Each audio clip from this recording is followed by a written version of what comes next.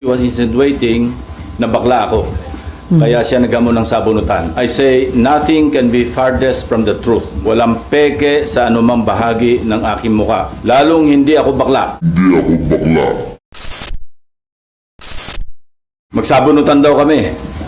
Yan ang reaction ni Senator Amy Marcos sa issue ng di umano ay pork barrel sa 2026 GAA, allocables and her baseless insults, and untruthful criticisms against the Senate Blue Ribbon Committee, which I chair. Either Senator Amy thought na piluka yung buhok ko or she was insinuating na bakla ako. Kaya siya naghamon ng sabunutan. On both counts, I say nothing can be farthest from the truth. Una, hindi po piluka ang aking buhok. Idugtong ko na rin na walang peke sa mukha ko. Hindi rin pustiso ang ngipin ko. My teeth are all mine. Ulitin ko, walang peke sa anumang bahagi ng aking muka. Pangalawa, lalong hindi ako bakla. At kung iniisip ni Senator Amy na bakla ako, wala siyang maaaring makita na macho dito sa mundo.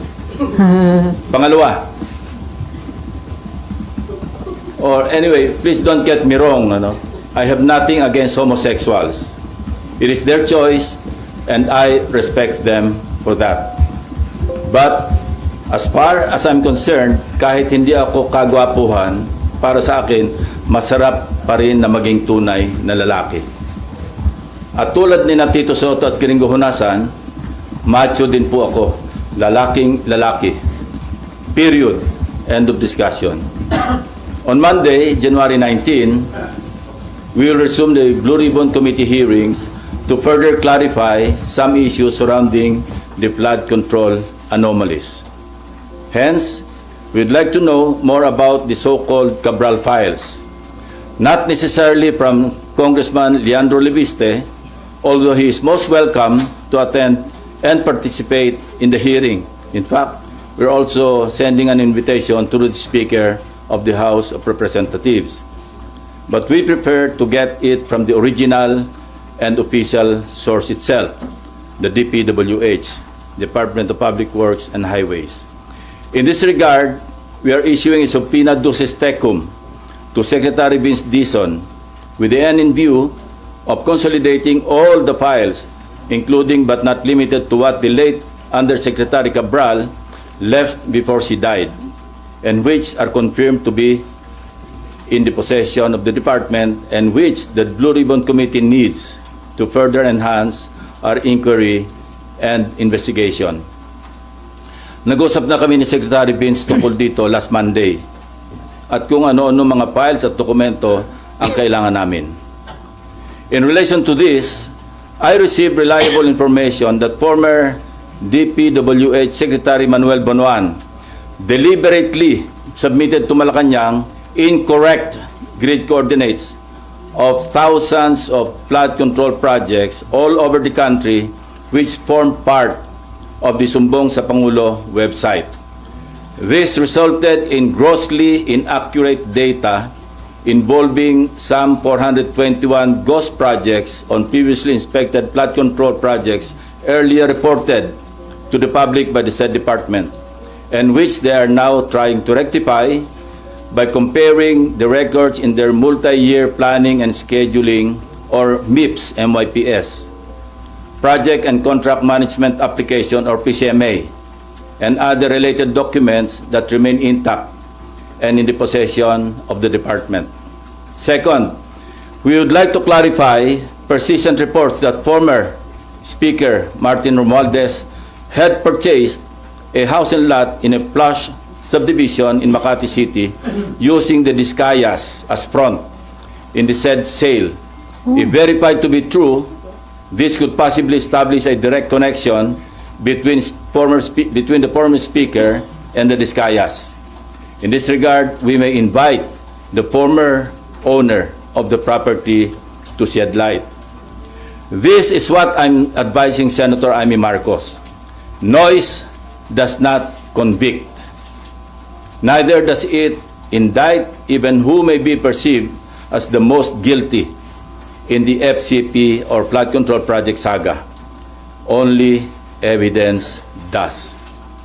Kaya kung meron siyang mayaambag na ebidensya para madiin ang kanyang pinsan, sumali siya sa pagdinig. Walang pipigil sa kanya at walang magbabawal sa sasabihin niya o gagawin niya. We would also seek further clarification from the so-called BGC boys and what prompted reports that they have recanted or planning to recant their testimonies before the committee or any other investigating body. I also intend to clarify with former Yusek Bernardo the circumstances behind a failed attempt by former Chief PNP and now MMDA General Manager Nicolas Torre to take him under the custody of the latter and find out for what purpose. We will also issue subpoena to personalities who snubbed our invitations during the last hearing under pain of contempt and arrest by the Senate Sergeant at Arms. With all that said, I'm ready to answer your questions. Sir, balikan ko lang yung kay Senator Amy Marcos. How do you find yung ganong klase ho ng statement o reaction sa inyo naging pahayag bilang isang lawmaker? Well, nakakagulo, no? Hindi nakakatulong. Kasi unang-una, wala talagang pagpipigil o pagbabawal na ginagawa. Particularly ang chairman o sinong miyembro ng komite na nag-aatin ng hearing. Sino kami para magbawal sa kasamahan namin? No? So talagang masyadong insulto sa integridad ng Senate Blue Ribbon Committee. Sa amin lahat, for that matter. Even to herself, kasi member siya ng Blue Ribbon eh. Hindi nga siya nag-a-attend, so paano niya masasabi na pinagbabawalan siya o sila? So, anong intention niya? Sirain yung credibility ng investigation ng Senate Blue Ribbon Committee? Hindi ko alam kasi even earlier, di ba marami siyang sinasabi sa inyo na may babaliktad. Hindi ko alam kung bakit ginugulo niya. No? I think you better ask herself or her, no, regarding that issue. Pero napakababang level po ba yung mga statement o yung mga term na ginamit niya bilang sagot ho sa inyo? Ayoko na mag-comment. Una-una, hindi non-answer naman yung kanyang sagot eh. Hindi naman niya kinonfront yung issue, no. Sa halip, nililihis niya at anong mga issue pa ang kanyang sinasabi sa pagtugon doon sa naging usapan o usapin. And then dun ho kay House Speaker Martin Romualdez, sino po yung may-ari ng biniling property na naging front ho ay ang Diskaya? I'm trying to arrange a meeting with her, ano. And kapag may liwanag na, kasi narinig ko rin na parang willing siya mag-testify. Yung may-ari, sir? Yung may-ari, yung dating may-ari. Para talagang, at least, ano, pwede nating paghanapan o magsimula ng investigasyon tukol sa direct connection o direct link between the Diskayas and the former speaker. Pero mag-attend na ho this coming Monday yung may-ari ng property? Sinasabi ko, nag-arrange ako ng meeting sa kanya at kung sasang-ayon siya na mag-attend, papadala namin siya ng invitation. Sino po yung source ng information na... Marami. Marami nagsasabi niyan. So ito na po yung pwedeng maging direct link at baka yung hindi... simula, para may pagsimulan yung kung sino man yung gusto mag-imbestiga. Against former Speaker Romualdez? Not necessarily against, but to shed light. Bakit ganun ang connection? Para pagkatiwalaan mo yung isang contractor na nasa sangkot sa, sinabi ko na ito, 207.5 billion pesos na kontrata mula 2016 hanggang 2025. Napakalaki. So kung merong connection, dapat na maliwanagan natin kung bakit ganun kalakas ang tiwala para ipagkatiwala mo yung pagbili ng isang house and lot sa isang subdivision, sikat na subdivision sa Makati City. At magkano po yung amount nung... Name your price yung usapan. Gusto natin maliwanagan kung magkano talaga nagkabentahan. Pero hindi po invited si former Speaker Romualdez? As I said, pagdating sa counterpart namin sa House, mayroong parliamentary courtesy na umiiral. At pwede lang namin silang imbitahan, hindi pwedeng pilitin, through the House Speaker. Pero kung ayaw nilang mag-attend, wala rin kaming magagawa. Kasi ganun din ang dapat na tratong ginagawa nila sa amin. Dahil nga sa umiiral na interparliamentary courtesy between the two houses. Before Marlon, sir, according to DILG Secretary John Vic Rimulya, parang niutos na ni PBBM na madali na yung pag-uwi kay former Congressman Saldico. Kinukonsider na nila ang hingin ng tulong ng Interpol at ng United Nations. Sa tingin nyo, di ba ninyo pa sinasabi na pwede yun sa United Nations? So, too late ba itong action na ito? Hindi naman. Nothing is too late. Kasi ngayon pala naman magsisimula yung trial sa Sandigan Bayan at sa mga korte. Mayroon ng warrant of arrest na na-issue laban sa kanya dahil wala tayong extradition treaty na umiiral between Portugal or some other countries na pwedeng naandun si Saldico. So mas mainam na yung idaan ito sa UNCAC, sa United Nations corruption something, 192 member countries, member ang Pilipinas, at pwede tayong dumulog doon para maiuwi rito si former congressman ko. So kapag hiningi na yung tulong ng UN at Interpol, sigurado na po yung maiuwi sa bansa? Malamang. At saka yung European Union, alam ko meron silang agreement na magtutulungan sila kung nasa isang bansa na walang extradition treaty ang naghihiling na bansa. Pwedeng dalhin doon sa bansa na kung saan may umiiral na extradition. Maraming paraan. Interpol, dahil kung nasa red notice list, pwedeng dumulog din doon para kung maaresto, maipadala rito. Not necessarily through extradition. Although mayroon din ako narinig ng instruction na mag-apply na o kaya magsagawa na ng preliminary talks with Portugal para magkaroon ng extradition treaty. Although long shot yun.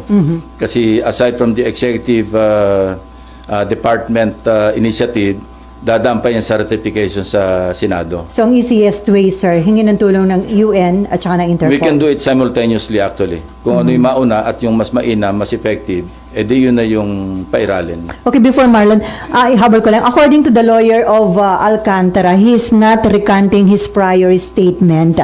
False and misleading daw po yung nag-circulate online na magre-recant yung BGC boys.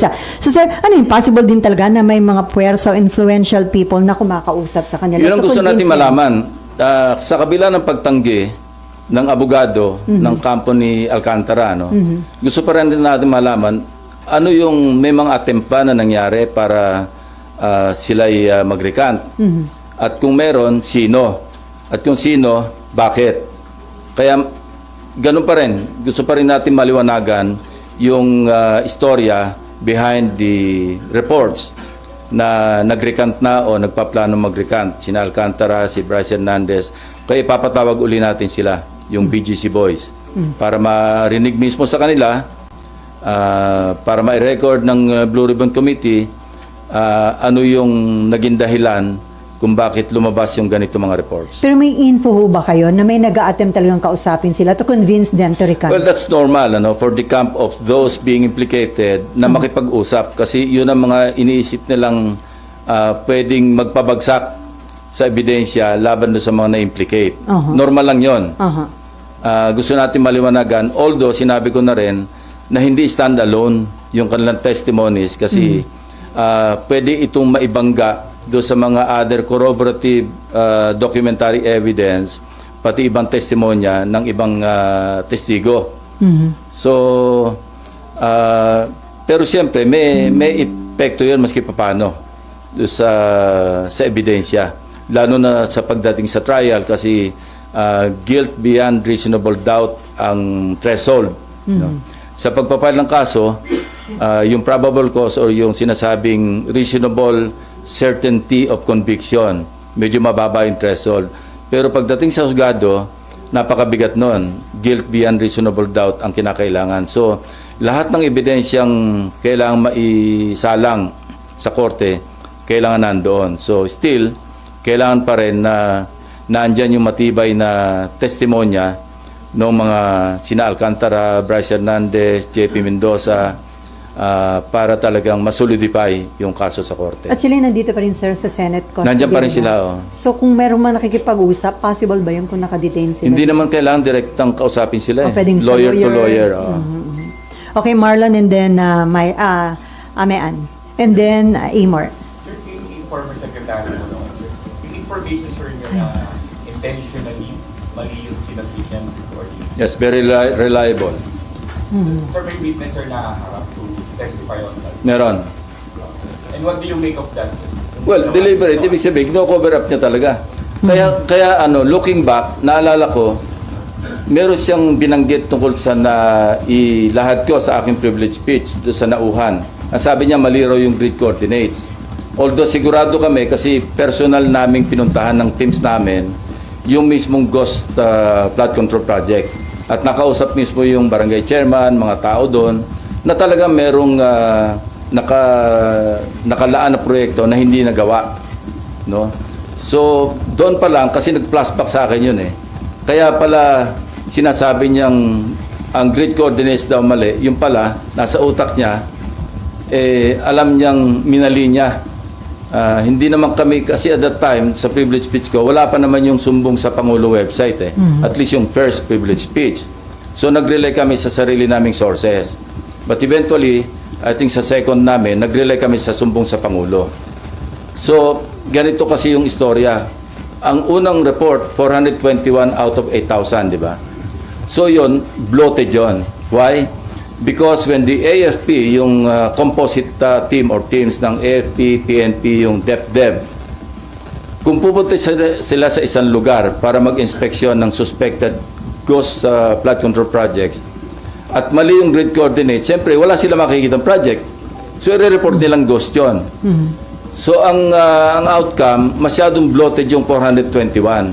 So, substantially, lower dapat yung bilang ng ghost flood control projects. Yun ang naging resulta nun.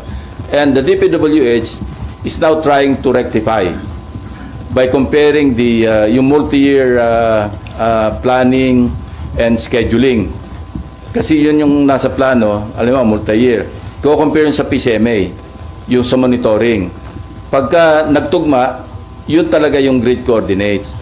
So yun ang ginagawa nila ngayon. At merong isusupina namin doon sa STECOM, tulad ng sinabi ko kanina, yung DPWH. Nag-usap na kami ni Secretary Vince Dizon tungkol dito. Magpapadala siya ng 2 USEC para mag-testify at dalhin lahat yung dokumento kasi doon sa STECOM. Sir, anong ibig sabihin dun sa complicity ni Secretary Bonoan doon sa previous ghost flood control project? Well, maliwanag. Maliwanag kasi even sabihin natin hindi siya maging principal, sa cover up pa lang, no? Kitang-kita mo yung kanyang complicity. Now, Secretary Bonoan is in the United States. More or less, may idea naman kami, yung authorities, kung nasaan siya doon. And minomonitor naman siya ng ating embahada ron. So, kung may lalabas na warrant para sa kanya, and kasi papadala namin siya ng subpoena.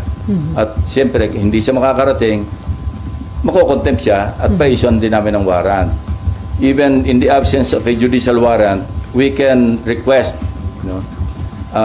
the proper authorities para maibalik siya sa Pilipinas.